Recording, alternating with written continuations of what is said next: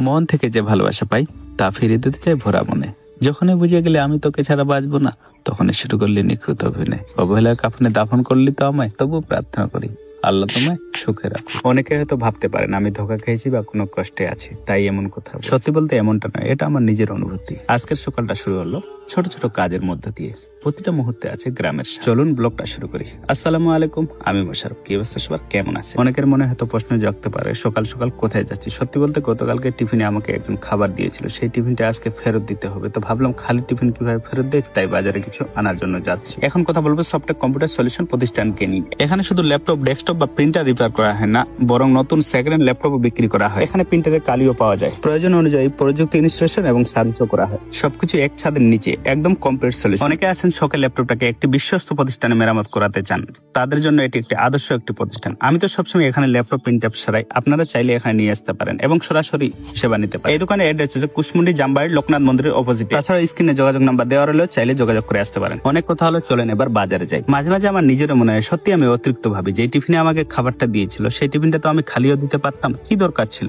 কিন্তু কেন জানি মনে হচ্ছে এত ভালোবেসে আমাকে টিফিনটাতে খাবার দিয়েছে, সেই টিফিনটা আমি কিভাবে খালি। আর এগুলো হচ্ছে আমার অতিরিক্ত ভাবনা। আর হ্যাঁ, এই অতিরিক্ত ভাবনাগুলো আমাকে সুখ দেয়। এতে যদি আমাকে আরো কথা শুনতে হয়, আমি শুনতে রাজি আছি। রাস্তাটা খারাপ হয়েছে, আগে কাঁচা রাস্তা ছিল, পানি পড়লে পায়ে কাদা লাগতো। এখন পাকা রাস্তা, তাই হাঁটলেও বোঝা যায় না। রাস্তাগুলো তাড়াতাড়ি ঠিক হয়ে না, তবে ধীরে ধীরে সবকিছু ভালো হচ্ছে। দিন দিন আপনারা যে আমাকে ভালোবাসা দিচ্ছেন, তাতে আমি মুগ্ধ। আমার জানা ছিল না আপনারা যে এত আমাকে ভালোবাসেন। আর আমি আশা রাখছি আপনারা আগামীতে আমাকে এইভাবে ভালোবাসা দিয়ে যাবেন। আপনারা যারা আগে থেকে আমার ভিডিও দেখেন তারাও হয়তো জানেন মাছ কাটতে আমার মোটামুটি সবসময় ভালো লাগে। আমি বড় ধরনের কোনো মাছ হলে বাড়িতে সবসময় আমি কাটি। আগের এক ভিডিওতে আমার এক ভাই কমেন্ট করেছিল আমি নাকি মাছটা উল্টো দিকে কেটেছিলাম। মাছটা উল্টো দিকে হোক আর সিধা হোক, যেটা আমার থেকে কাটতে সুবিধা হবে, আমার সুবিধা লাগবে, সেটাই তো আমি করবো নাকি। মাছটা কাটা আমার কমপ্লিট, এখন ভালো করে ধুয়ে ধুয়ে পরিষ্কার করে দিব। চাইলে আমি এখানে গোটাই দিতে পারতাম, কিন্তু আমি কেটে দিয়েছি। এর কারণ হচ্ছে যেহেতু আমি অনেক দূরে যাবো, তাই কেটে কুটে নিয়ে গেলে মাছটা ভালো থাকবে।